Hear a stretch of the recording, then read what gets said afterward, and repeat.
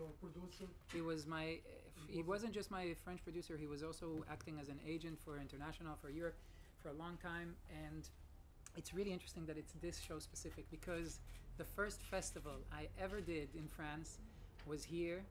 I was nobody. Nobody knew who the fuck I was. And Nina Hagen and Simply Red were playing here. And they were fighting between themselves who would go first, who would go second, and nobody wanted to go first and second. And he had the brilliant idea to put me and the Mojos in the middle. We just met, and he liked my music, and he said, just go for 30 minutes so they don't argue anymore. And that was really, I'm not even sure, it might have been my first ever concert in France. And what is it now?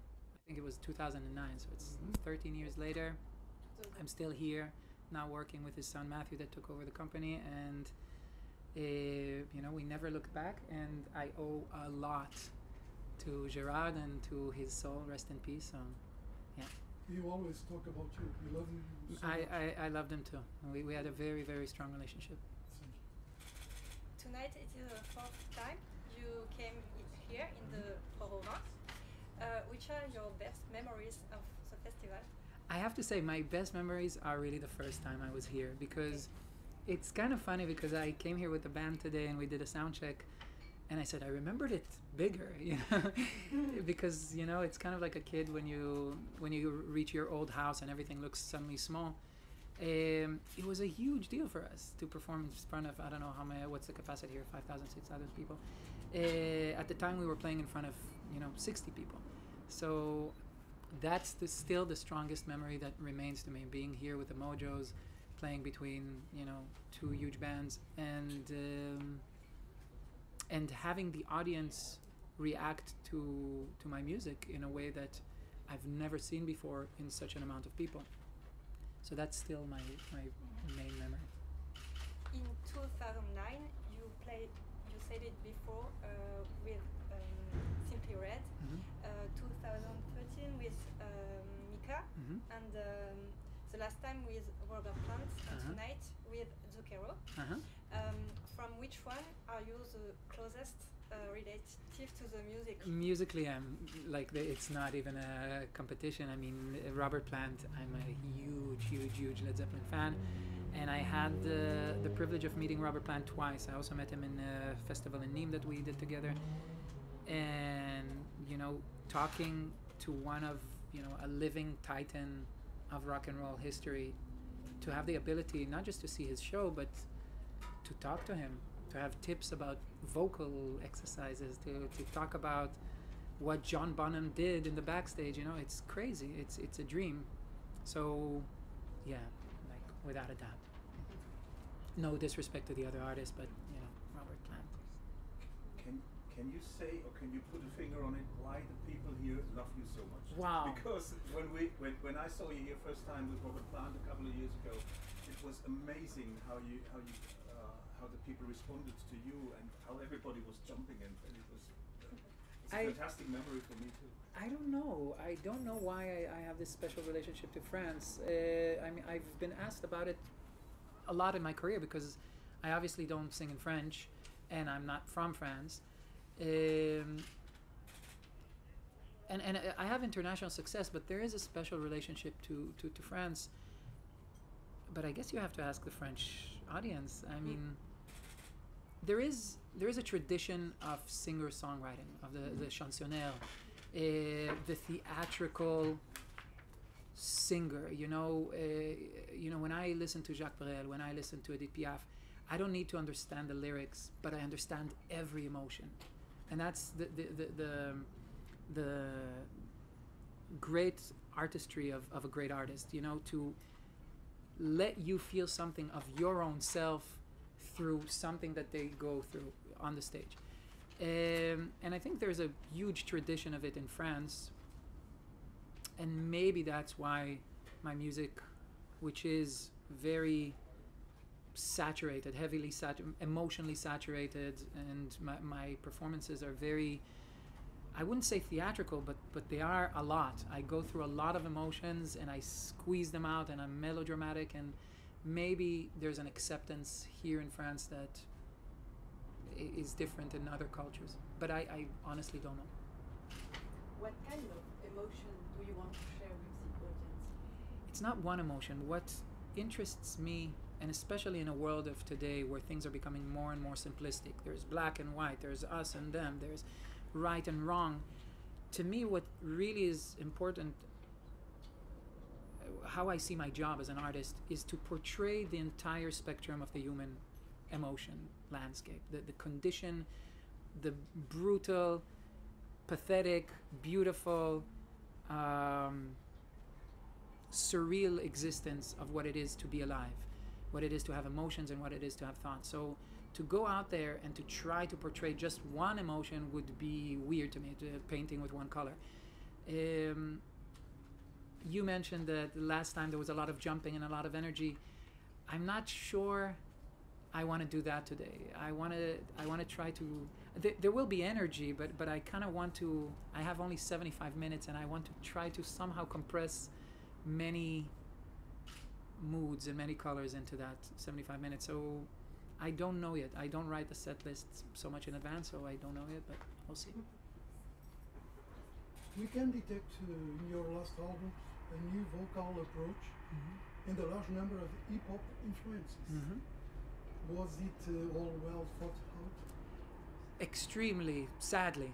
It wasn't. This album was hard. It wasn't just like stream of consciousness like the first albums. I go and oh, I feel something. Oh, it was really, because it happened. I felt things. In my house in Italy, I had this studio, this big studio, but it was like it was a floor under the living floor. So I had to physically go down these narrow steps into this womb, this cave, and come out with something. And every time I went to that stream of consciousness place, it just felt too familiar. I wrote the same songs that I wrote 10 years ago, 8 years ago, 5 years ago, and it was weird because I felt very differently, but I wasn't able to translate it to a new language. And so I threw all those songs away. It really felt just like bashing my head upon the wall until some form of blood was honest enough to feel close to. And to do that, what I did is I threw away, I mean, I didn't throw away because now I listen to everything digitally, but metaphorically threw away all the fathers and mothers that I had in the past. So Nina Simone, Bob Dylan, Leonard Cohen. I just stopped listening to that. And I started listening to other things. So I was a teenager in the 90s, but I was kind of the grunge scene teenager. So I was aware of hip hop happening, but I wasn't in it. So I went back to 90s kind of classic hip hop, like Fugees, The Roots, Lauryn Hill. PG Harvey? PG, I mean, yeah, but I wouldn't say that's a very hip hop. But it wasn't just hip hop. It was like there was hip hop beats to some of the songs, but then there was David Bowie that passed away a year before, and I was like obsessed with his discography. There was Amy Winehouse, there was Nick Cave, there was Tom York and Radiohead. There was 1,000 things. And I even went out and people told me, you have to listen to Billie Eilish, you know, whatever was new at the time. And you can hear, I didn't like the music. It's not my cup of tea, but I did steal from everybody. I stole, you know, Billie Eilish has a lot of stacking of vocals and stuff like that. So I did that in my album because I liked that particular tool. And through this mosaic of other artists, new influences, I was able to find something more honest about myself. A new version to tell a story with. Why did you call your last album Anagnosis? It has to do with that. I took a year off before Corona, in the worst timing ever. I took a sabbatical year to rest and to try to figure out who I was outside of the stage, because I was touring almost endlessly for 10 years. And so I took a year off. I was 39 at the time. And I knew I'm going to hit this midlife crisis, age 40 thing. And I knew it's going to be deep and existential. And I was thinking, I was a lot with myself, and I was thinking, who am I? What am I? Half of my life has passed. What am I going to do with the rest? Do I want to continue making music? And I was searching introspectively for who I am.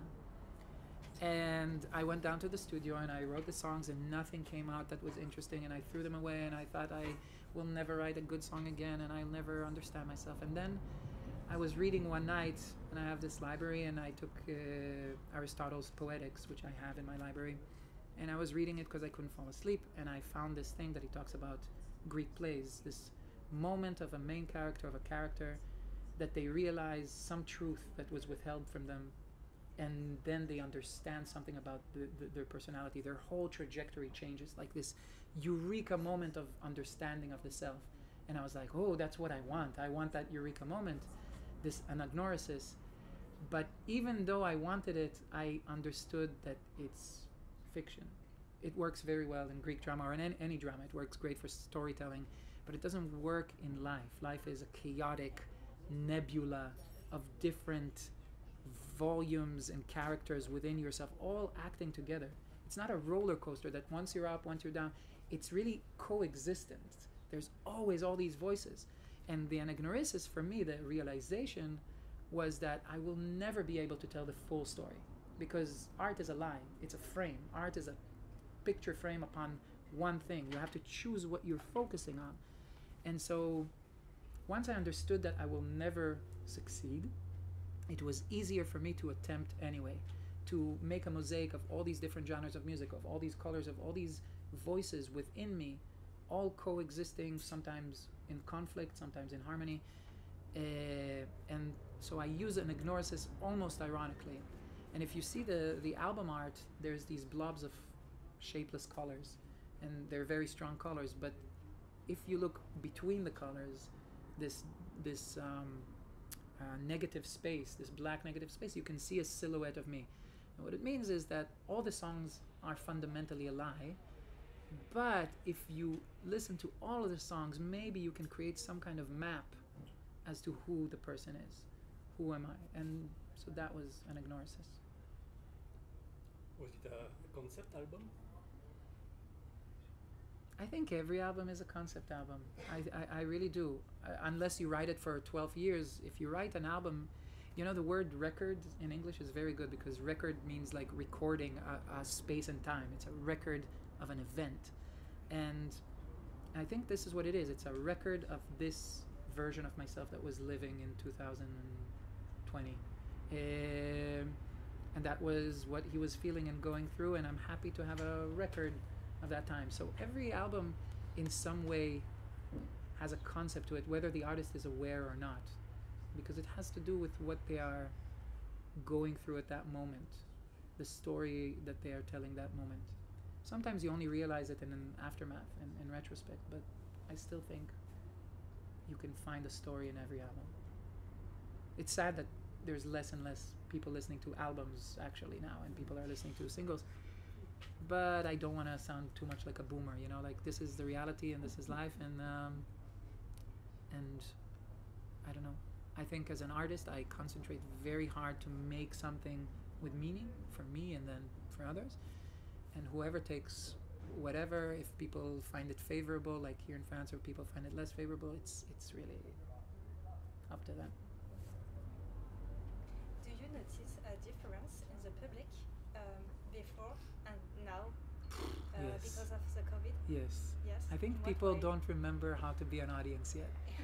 I think they have great expectations from the artists to entertain them, which is something that I didn't feel so much in the past. I get a lot of, you know, especially the first year, because I was crazy enough to tour in already last summer, you know, between COVID. And I was crazy enough to tour this winter, and I got COVID, and I had to cancel half the tour. And what I saw is a lot of people coming to the concerts to forget, to try to get away from life and, you know, just entertain us for an hour and a half, make us jump, make us go home happy, woo, you know. And I kept on telling them, no, we're not doing that. You have other people that can make you jump, make you, you know, this whole thing in festivals now, you know, that it feels like a kindergarten thing. Touch your nose, lift your hands, do the thing.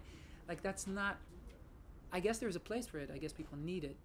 That's not what I'm there to do. I'm there to create complex emotions in humans.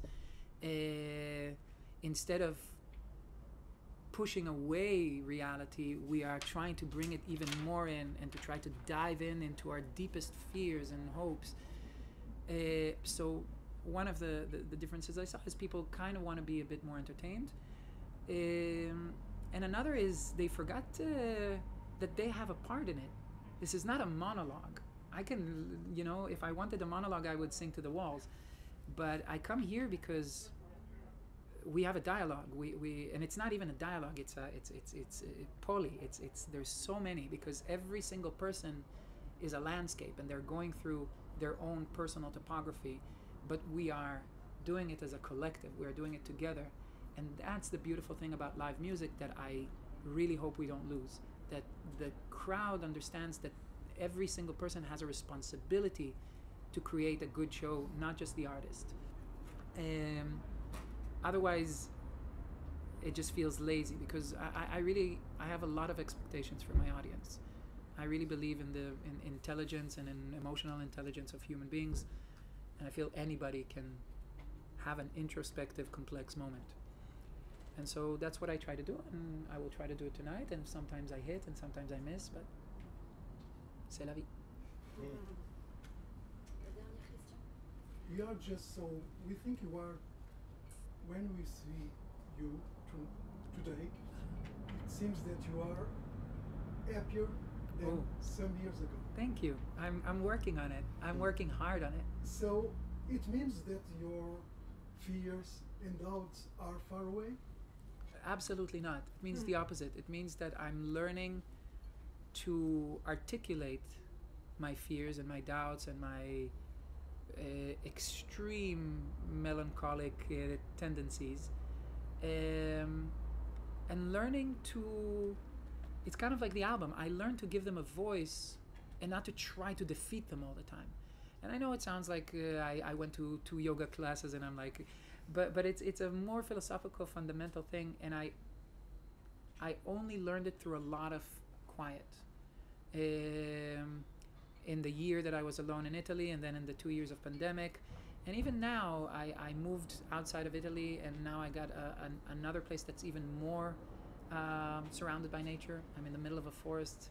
I see the stars at night. I have a tree that is 350 years old that will live 300 years after me, and it makes me feel small in the best of senses, in the largest of senses. I do still feel a lot of those fears, and I still feel a lot of those doubts, and I sometimes let them, not purposefully, they carry me down, they cement inside me and carry me down. But I'm working on trying to always find a source of hope, what Leonard Cohen calls, we must never lament casually, we must always do so in the confinement of beauty and dignity. To find that beauty and dignity for the lament that is our lives, because it's always full of loss, it's always full of fragility and patheticness. The human experience is a hard one, but if we are able to give those voices some kind of form and dignity, I think it makes us more complete humans. I'm not sure if happier is the word I would use, but more accepting. See, she's accepting. What is her name? Can we have it? Cassiopeia. Cassiopeia. Yeah. Like a story. Cassiopeia, and her daughter is upstairs. Her name is Calliope, and they're my. I mean, I adopted. I don't know how famous it is here, but I adopted a Czechoslovakian wolf dog, which is a hybrid between a wolf and a dog. And it ended up almost killing me, and it ripped up my ear, and I was destroyed. And then I went to the kennel, and I found the 2 cutest dogs that I believed will not attack me, and to fix my belief in the world, because it was a bit of a traumatic moment. And they are the best. Nothing can be too bad. When you get off the stage, it doesn't matter if you had a good show or a bad show, you get there and she's there, and it's okay. Thank you very much. Thank you so much. All good? One final question. Yeah? If you say you have a high expectation of the audience and you need the dialogue, basically, or the multi-dialogue, how did you get through those 2 years now? Oof, that's a good question. 2.5? I don't know. It was hard. It was really hard. The first year I enjoyed it. I was making sourdough bread like everybody. I was doing, I needed a vacation. I was really spent. I was really 10 years of doing like 150 shows a year. It was crazy. So the first year was fun. But the second year I was really losing myself. And only when I came back, I remember the first show I had back was a show in Israel. And I felt like a dormant part, like a hibernating part of me was awakened, like another whole ASAF, another character that was just not existing. And I felt I was formless. I felt I was like a sweater that the line just gets, the thread gets carried away and it slowly gets, unraveled. But now I'm back. Somehow, I hope. So yeah. Thanks, everyone. Thank you guys. Thanks, everyone. Hey, Chuchi. Bye.